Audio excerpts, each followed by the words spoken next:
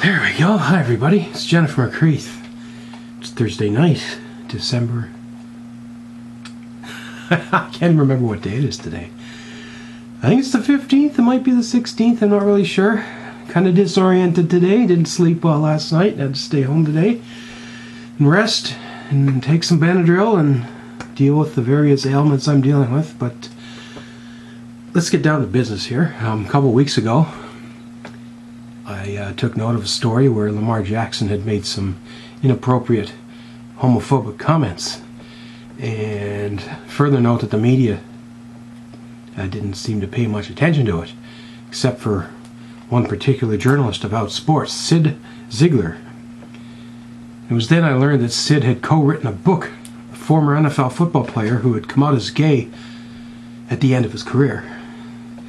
And not only that, he played for the Kansas City Chiefs for a year or two, and he documented his complex life journey in a book. This book here, co-written by Sid. His name is Ryan O'Callaghan, offensive lineman for University of Cal, and then the New England Patriots, and briefly for the football team I follow closely and appreciate, the Kansas City Chiefs. Ryan talks a little bit about how the offensive linemen don't get a lot of attention in media. I gotta be honest, Ryan, I know I've heard your name before, but I honestly don't remember. I try to forget the 2009 Kansas City Chiefs season because it just, whoa, 4-12. I mean, there were some tough years. But what puzzles me is the last chapter about coming out and doing the pride stuff with in Boston and New England. And where was I? I haven't heard about this. I did not even know about you or your story until I found Sid's post about Lamar Jackson, and then looked to see who Sid was and realized that he'd written this book. My goodness, what a story. What's life like growing up in a right-wing, he even calls it redneck city, and being afraid to tell your family and friends that you're gay and trying to mask it and live your life and trying to be as masculine and as macho as possible. So he got into football even though it wasn't really his thing. But he did pretty well at it. I mean, geez. How many football players even get into a Power 5 school, let alone the NFL? You could say the guy was a bit of a flash in the pan, 4 or 5 years in the NFL, mostly as a backup.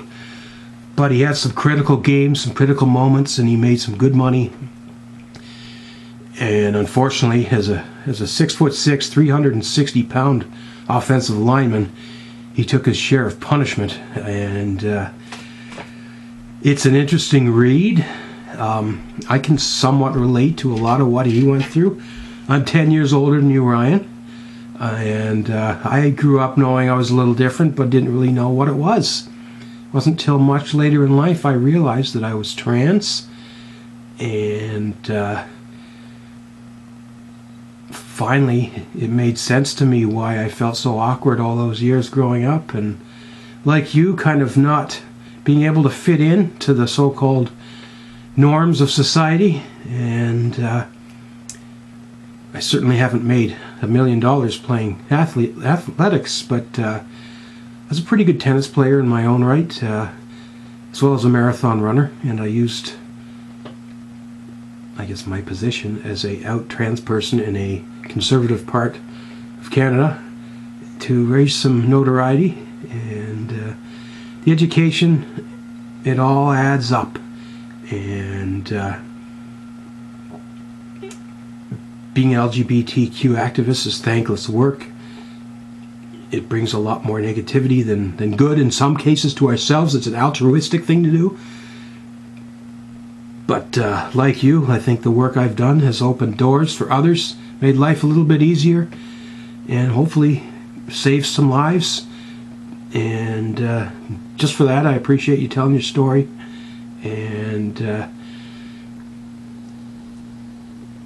it was nice to see, for the most part, that your family and friends were accepting of you. And it's a good read because we learn a lot about certain things the New England Patriots did, the way they tried to con Ryan.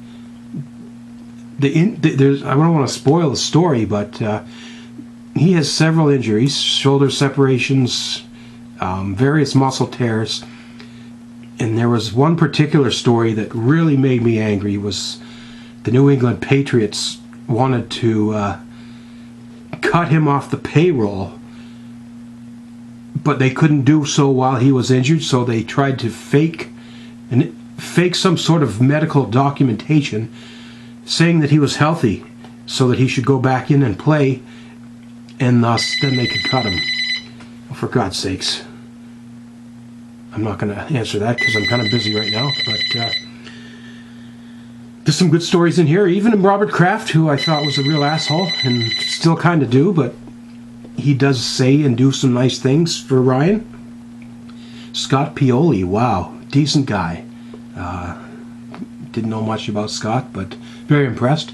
Aaron Rodgers talked about quite a bit in this book, and confirming something I think most of us already suspected. Aaron Rodgers is a quirky fucking asshole, and fuck you, Aaron Rodgers. I'm quite happy to say that. But yeah, very, very interesting read. Thank you, Ryan, for your story, for coming out, and I'm glad your life is, it was in some dark places there, and there were times where you didn't want to carry on, and I'm glad that you did, and you're still here, and I have no idea what all you're up to now. This book's probably 3 or 4 years old, but I'm really excited to see. We know that society, 10% of society is LGBTQ. The fact that only 2 or 3 NFL players have ever come out, I mean, that's insane. There's obviously hundreds who are just not out, and it's important to talk about this stuff, and specifically the part about the myths. One is to get rid of the homophobic banter, much like we saw Lamar Jackson use on Twitter 2 weeks ago. And we got to call this out every time we see it because it is inappropriate and it is wrong. And yeah, read the book. It's not just a football story; it's a life story, story about acceptance in yourself, and it's amazing the motivations, the things we can do when we're desperate. And it's funny, the guy says he doesn't really love football, but I respect the fact that anyone at that size could go through such a violent sport with so many injuries and keep coming back for more. And sounds like he didn't really get a fair chance. The injuries kind of, even going back to college, injuries hurt his draft status. And but yeah, pretty cool. He got to play for you might remember, the New England team that went undefeated in the regular season and then lost in the playoffs.